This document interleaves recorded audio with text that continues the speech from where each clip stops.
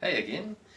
Tonight we're going to be making one of my all-time restaurant favourites, and one that I've been trying to get to taste the same for some time, Indian classic Dal Makhani. Now I want to tell you a little bit about the dal first. So the type of bean that they use is called urad dal, and we use the whole one. These little buggers are something special. They're a vegetable source of omega-3 and are full of protein, and we couple them with just some variation on kidney beans. They call them ranja. So they require a little bit of preparation. You need to be thinking about your meal the night before, and you need to put them on to soak.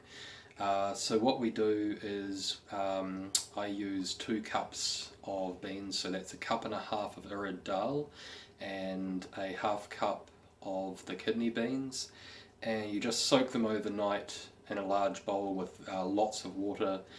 Rinse them off the next day, and then you need a pressure cooker, and you will follow the instructions of your pressure cooker and cook the soaked dal with 7 cups of water. And as I said, just follow whatever your pressure cooker's instructions are. If you don't have a pressure cooker, you can do the same, but you need to cook them for a long time. And what you want to get to is you want to get your beans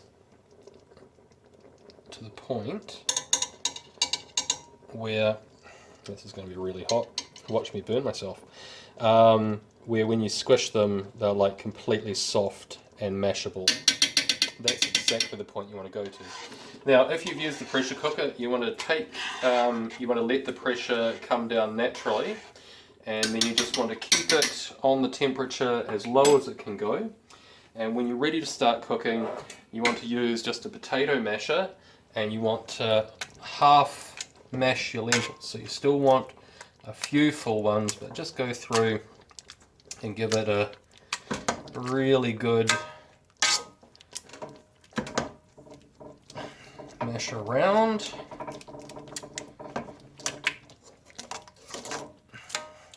It's getting pretty close to what I'm going for right there. Yeah.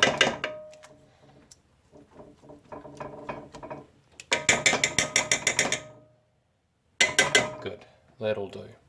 Now, we want to leave that on its lowest setting, just simmering away in the background while we turn our pan on. Now, to our pan, we want to add 3 tablespoons or around 50 grams of butter, and get that melting away. Now, this meal, as I said, it's a very rich Indian meal. It's considered a delicacy. I think it's South Indian, and it uses a lot of great ingredients like butter and cream, and this is the dal, and the sauce is the makhani or the makhani, and this is exactly the same sauce that you use for butter paneer or butter chicken. So this sauce can be adapted. Now we're going to be adding the dal to it before we add the chili spices, but you could ignore adding the dal and just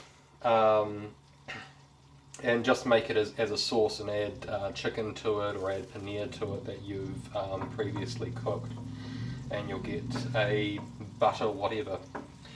So once you've got your butter on, what you want is you want it to be bubbling away like this, so it looks like little flowers on top of it. Now to this, we're going to add 10 green cardamom pods that we've just cracked open with the back of a spoon, 8 cloves, and this is cinnamon bark, and we want to add about 2 inches worth of cinnamon bark. And so just chuck the cloves and the cardamom. Now these are very, very fragrant spices and add so much delicious flavour to this dish. And we just want to give these a little bit of a fry up. And this is going to flavour your butter. This is going to give it all of the delicious flavours. They're, in their own way, they're kind of sweet flavours, like more what you'd expect to find in a sweet dish. But they bring out the other flavours, as anybody who loves butter chicken will know. The Makhani sauce is just, it's something special. Now, what we've got here is we've got roughly a good 2 inches of ginger that I've grated and then chopped any of the larger bits up, and 4 green chilies that I've just julienned lengthways. So, once all this is frying away, we want to add the ginger and chili to this. Now we're not looking, when we're frying this, we're not looking at crispy frying any of this, we're looking at soft frying. So we don't want anything to blacken or brown, we just want to impart the flavour of all of these things. So once we've got those on and cooking away, then to this we want to add 1 finely diced onion,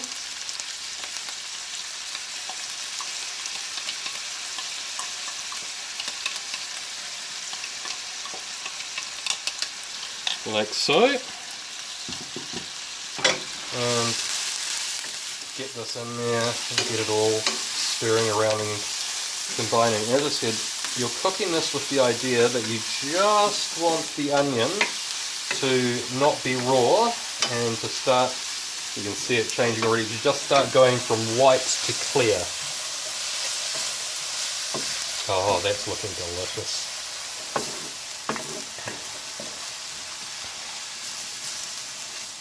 Now, this is a meal, as I said, aside from having to prepare it the night before, this is a meal that does best the longer that you can give it, the longer you can allow the flavours to cook together and simmer together, just the better it becomes. So consequently, this is a meal that's often just as good, if not better, the second night.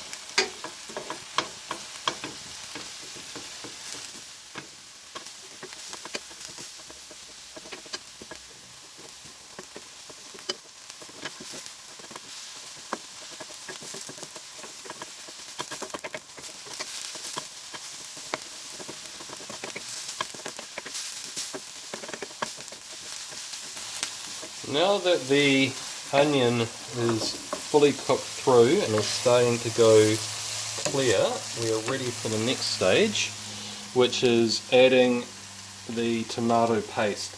Now you want about 6 tablespoons, or roughly two of these tubs by my estimate.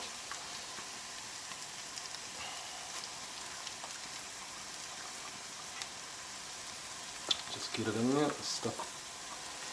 By the way, I've found that the level of security that they go through to keep the lids on these is extreme.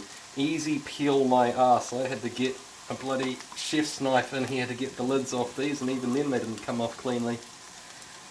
Just a forewarning.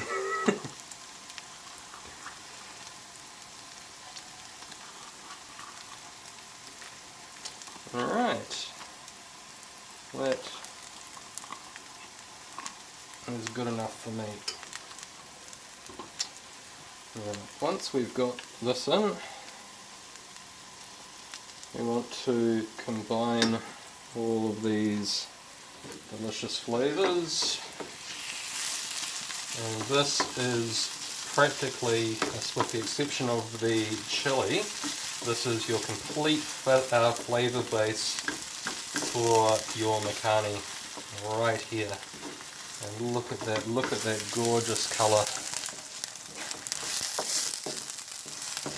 Most Indian dishes start out like this, that you add your ginger, often garlic, onion, oil and spices, and if you can see, and tomato paste often, if you can see, you've kind of made this chili paste, curry paste here. And this is the what they do as a base for most Indian dishes is they'll make something very similar to this. Now, as I said, if you were making butter chicken or butter paneer, you'd go on and just continue making the sauce by adding your chili powder, your garam masala and your cream, and a little bit of sweetener, be it honey or sugar, and you'd make your sauce and then add your whatever your protein to it. But with Dal Makhani we do it a little bit differently. So now we want to add our dal.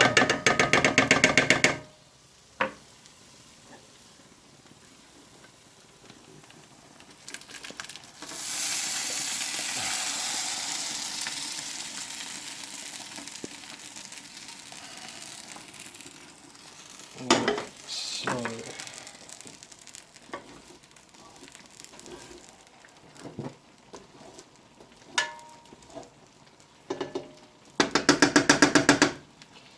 and mix this through.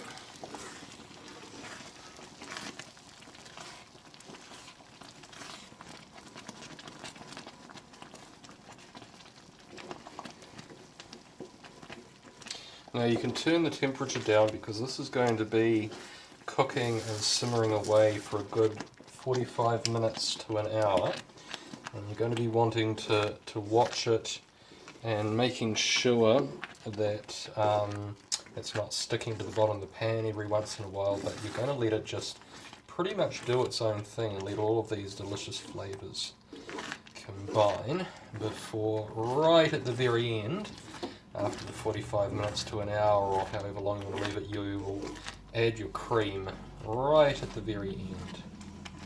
But before we leave this beast be, we've got a few special things to add here. So this is the chili powder. I'm completely lost. I think it's called Kashmiri chili powder. I'll put this up in the details. It's completely escaped me the type, but it's a smoked chili powder and it is so much flavour. If it wasn't so bloody hot, I could just about eat it by the spoonful. And this is just some plain garam masala. You could replace that with cumin powder if you don't have it. Coriander powder if you don't have it. That's up to you, but just a little bit of extra flavourings to go in. And you want to put these in on top, like so. So that was 2 teaspoons of chili powder and 1 teaspoon of garam masala. Get that mixing through. And then you want to add your salt to taste. And I reckon that you're going to be adding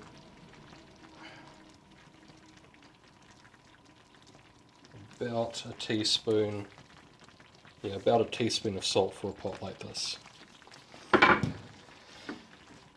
Alright. And of course you'll be checking this at the end, and you can always add extra salt or extra seasonings at the end if need be.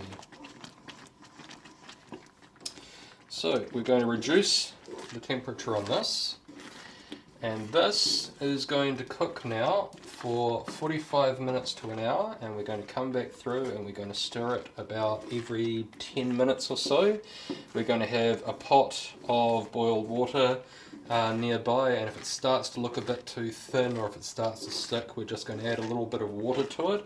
It's quite usual to add water to this. That's at least half a cup and maybe up to 2 cups, depending on how quickly you're cooking it and how much of the liquid was absorbed in the pressure cooking process.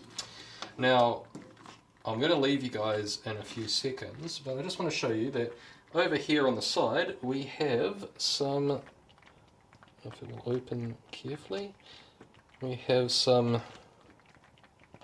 wonderful naan dough just sitting away there and proving, which we're going to be making up to have with the meal tonight, which should be absolutely delicious.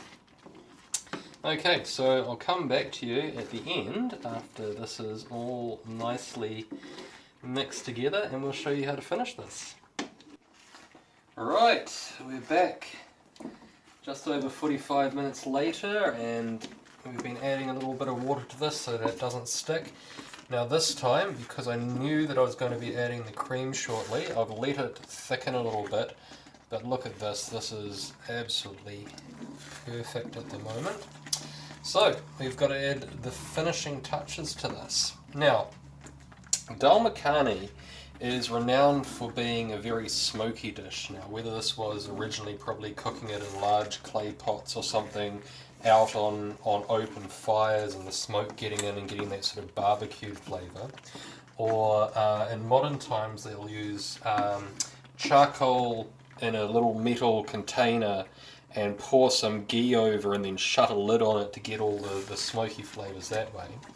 So I've got a little secret that I like to use called liquid smoke, which is kind of cheating a little bit, but I don't care because it just adds something to it. So this is completely optional, but I like to give it about, say, half a teaspoon of liquid smoke. You can experiment, it depends completely on how smoky you want your dish to be. And it's the same as if you're using the charcoal and ghee method. You know, you can you cover it for a couple of minutes, or you can cover it for 5 minutes, you can cover it for 10 minutes. It depends on how much of that smokiness that you want. Right, so after we've stirred that through, now the next thing we're going to do, we've got just over 500 mils of cream here, and we're just going to add this a little bit at a time. Put that in first, gently combine it. Turn the temperature back up. Now you don't need to cook this very much, but you do want it to obviously be warmed through, but you don't want to burn the cream.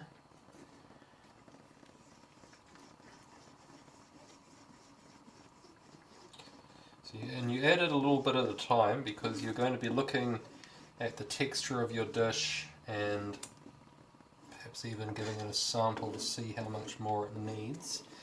And depending on those things, you might want to add a little bit more, you might want to add a little bit less.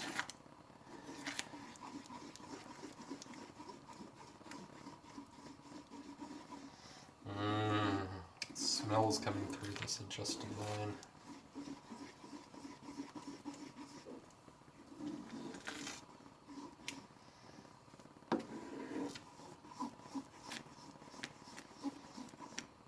Okay, we'll give this a small sample, see how it's going.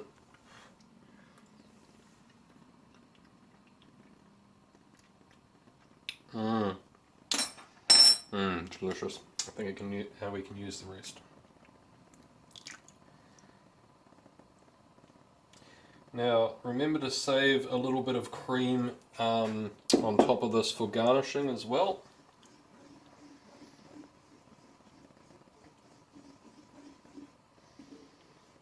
But we'll mix this through gently.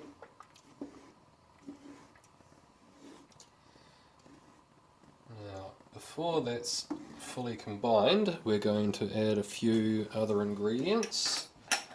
So, excuse me, just going to rinse this. Now, another thing, when you're using honey, a cool little trick to do to make it a lot easier on yourself, if you use some boiled water or some really hot water on whatever device you're using, it makes it come off it easily. So we're going to use 1,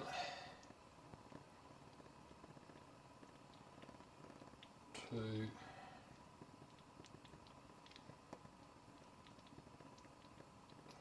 3,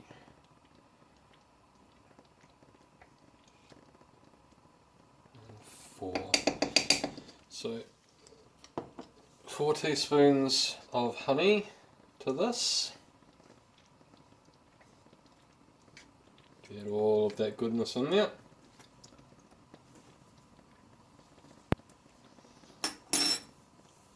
Then you're going to add your kasuri methi, or your fenugreek leaves.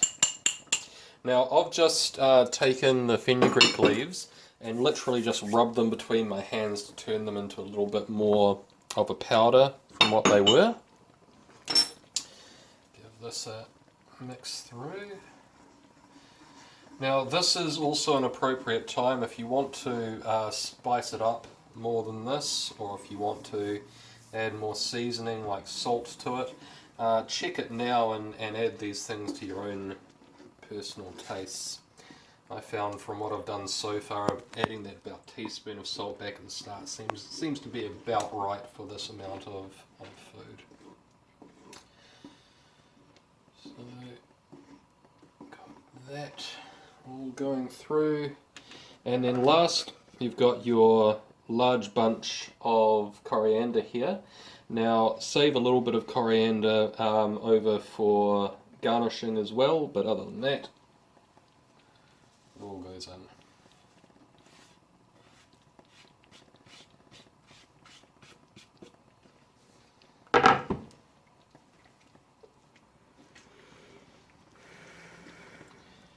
And this is essentially your Dal Makhani fully cooked.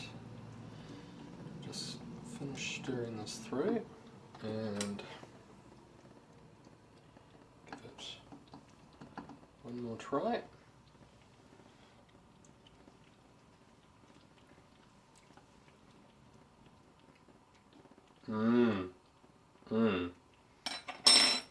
One thing that I have completely forgotten with this, which I will add off camera because it's going to take a little bit of work, is you also want to squeeze the juice of 1 lemon onto this to finish it off.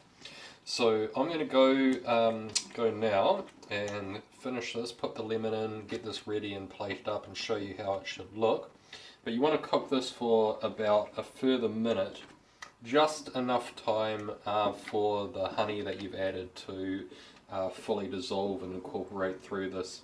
Add your lemon at the end, serve this on rice. We'll show you how it's done shortly and be back with you soon. Well, with some little interesting experimentation on making homemade naan, we are ready to serve. So here I have plated up our Dal Makhani on some lovely basmati rice, and just to finish it off you want to get a little bit of your leftover cream and just give that a very careful, so not as poured everywhere, couple of drops on each.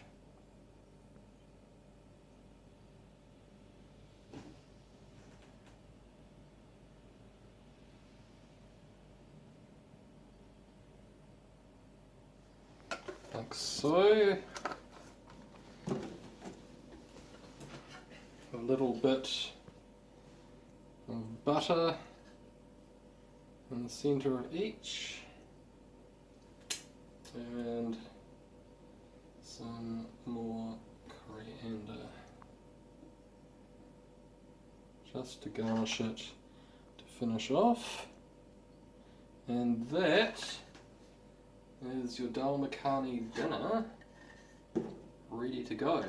Now there's enough made from this to do probably another 3, 4, maybe even 5 nights worth of meals this size for 3 people. So it's a good dish. It keeps well, it freezes. Yeah, good all round. So enjoy your cooking. I hope you get to try this one, and bon appetit.